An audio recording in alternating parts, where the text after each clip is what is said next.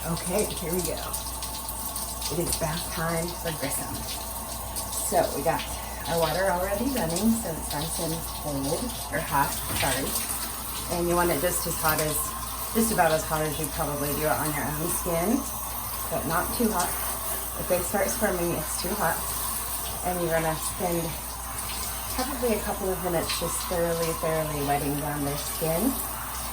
And I like to start a lot of times with the shampooing on their face because it's going to obviously be their least favorite part, and it's a little stressful for you, especially in the beginning until you and your dog trust each other enough to not flip out about this. So I'm going to try to turn this one around so you can see really good. And this one has a lot more face hair than Cooper will, but just, you got to put I recommend a sprayer, even if you're going to give him a bath. Get the sprayer right up against their face, just so it's not like wildly spraying. And you need to especially pay attention to where your sprayer shoots and get one of those sprayer shots right in the corner of their eye, because that's where they're gonna tear stain. Tear stains are completely preventable. You'll notice Grissom doesn't really have any. This is brown hair, it's not tear stain, I promise. His mama has brown hair on her face. If you just keep their tears clean every day, that's where I highly recommend a daily or twice daily, just a quick Q-tip swab in the corner of their eyes. So hold the water directly on them. They do have a pretty thick undercoat, so you want to make sure you're getting water all the way down to their skin.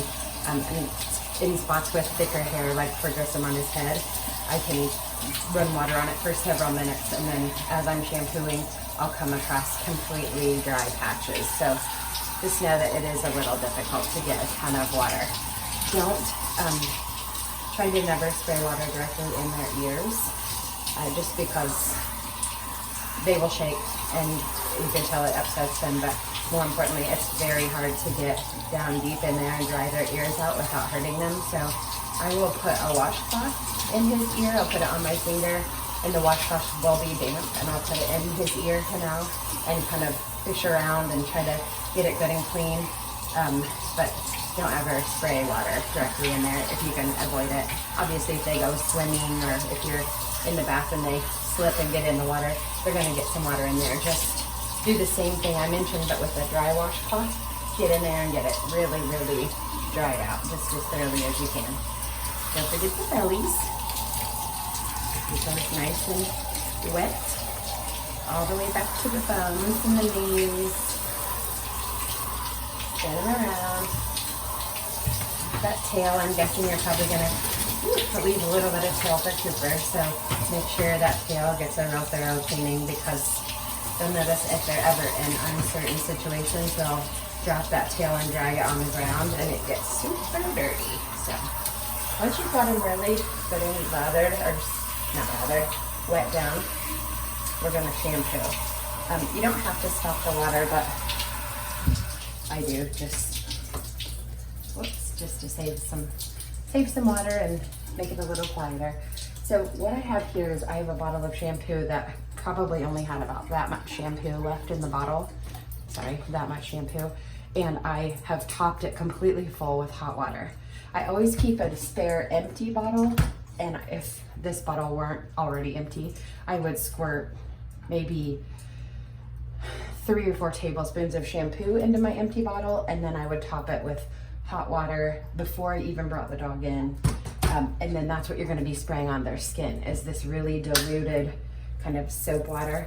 Like I said, I use really hot water because I know it's gonna sit for a few minutes before I put it on Grissom, so I don't want it to get cold, but double check and make sure it's not too hot. And then I just put some down his back. That will run down, but you'll really wanna concentrate on getting a good amount of soap and shampoo on their face. You can see this is barely sudsy, and that's okay.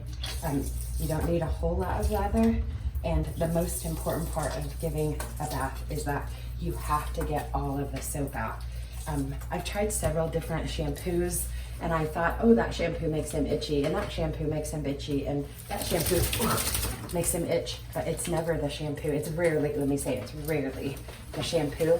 It's normally that I didn't rinse it very well. So like I have sworn off a shampoo brand, and then once I realized I wasn't rinsing well enough, gone back to that shampoo brand, and it works perfectly well. I just had assumed that's what was making him itchy, and it's not. So just like you would shampoo your own hair, you're gonna do a really, really thorough shampoo. And of course, focus on those tear ducts. Whoops, hold on, Gris. And their beard. It took Grissom a long time to get comfortable with me squirting stuff toward his face. Like, it used to really freak him out. He's not a huge fan of it now. I think it's probably the sound.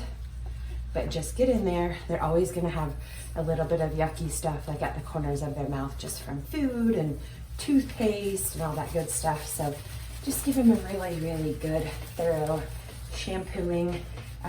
If while you're shampooing him you notice like dirty water coming out, you may need to rinse and repeat, right? Give him a second round of shampoo. And then of course, don't forget that glorious tail. Get it nice and, thank you, Grissom, good boy. Get it nice and lathered up in the bottom, all the parts. So just like you would, I mean, it's obvious you guys are smart people. Just shampoo like you would shampoo something that's dirty, right? And Grissom gets a bath about between 10 days and 2 weeks. I don't really ever let him go longer than 2 weeks just because he gets uncomfortable and it feels weird. Like when you pet him, you can tell his fur is nasty. Like it doesn't feel soft and silky, and he'll start to get tingly, and you'll find random food surprises inside of his fur if you wait too long between baths.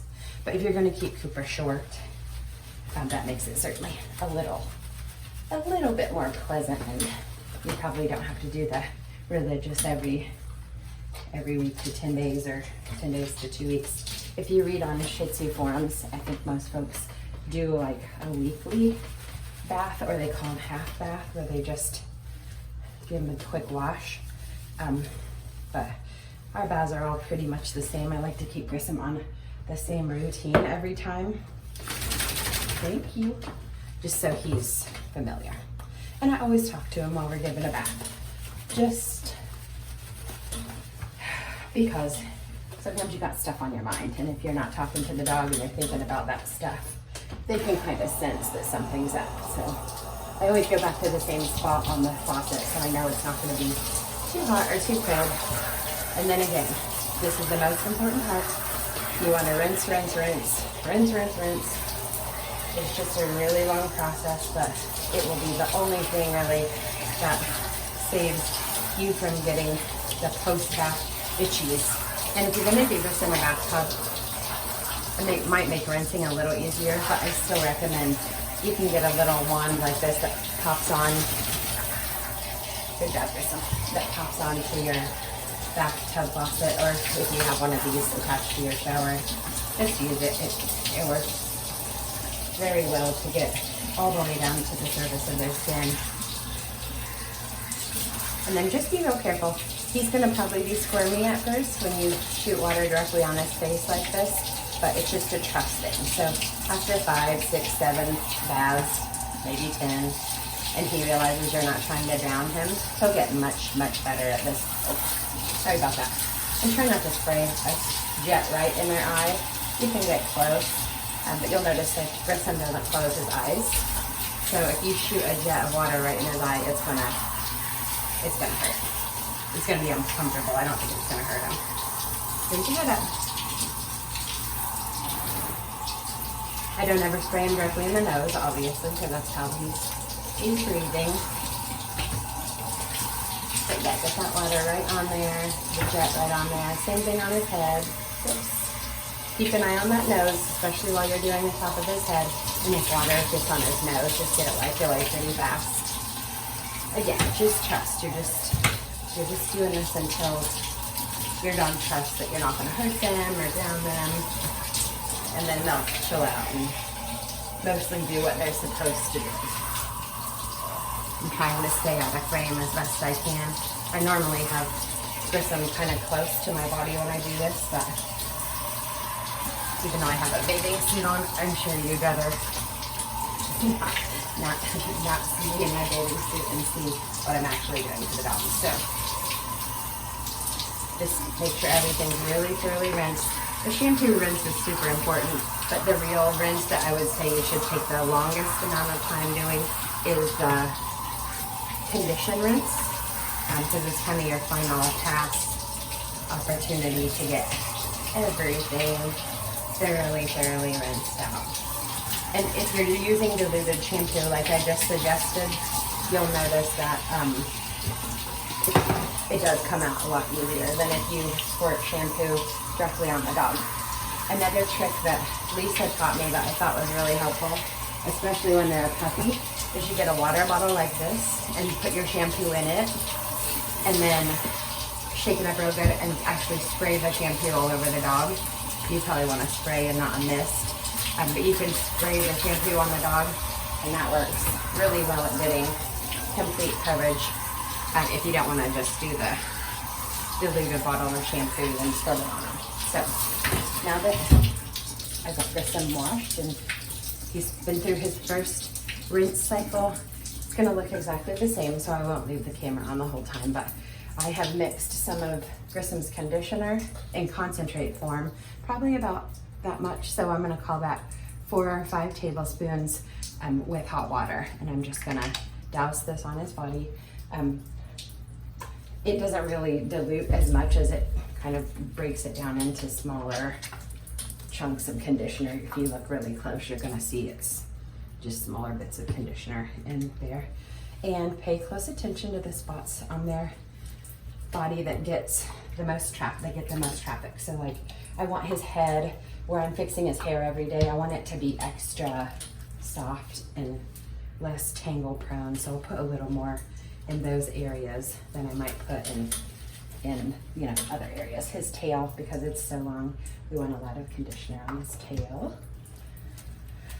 But it's basically the same setup, right? You get conditioner all over everything, and then you spend a whole lot of time, probably twice as much or 3 times as long as I spent rinsing out his shampoo. That's how long you want to spend rinsing out their conditioner, just to make sure that their body is really squeaky clean and clear of any shampoos and conditioners. You'll have to look around and find the conditioner you like. I like this one. It's very smelly. It smells really good for several days, but be cautious, because the more fragrant and smelly it is, typically the more prone it is to cause them to itch if you leave it on their skin, if you don't get it thoroughly rinsed off. So that's that. I'll end this video for now. Also, while we're in the bathtub, we do our daily toothbrushing in here just for a change of scenery, because we might need to do that sometimes in a hotel or somewhere new. So I try to change that up a little bit, and then I take a wet washcloth on my finger and only water and dig around in his ears and just get his ears nice and clear. So bath time is pretty easy. Just make sure you rinse, and rinse some more. Make sure you spray that face up close, and just be sure that you don't get them directly in the nose, directly in the eyes, and be patient. It will get easier with time, I promise.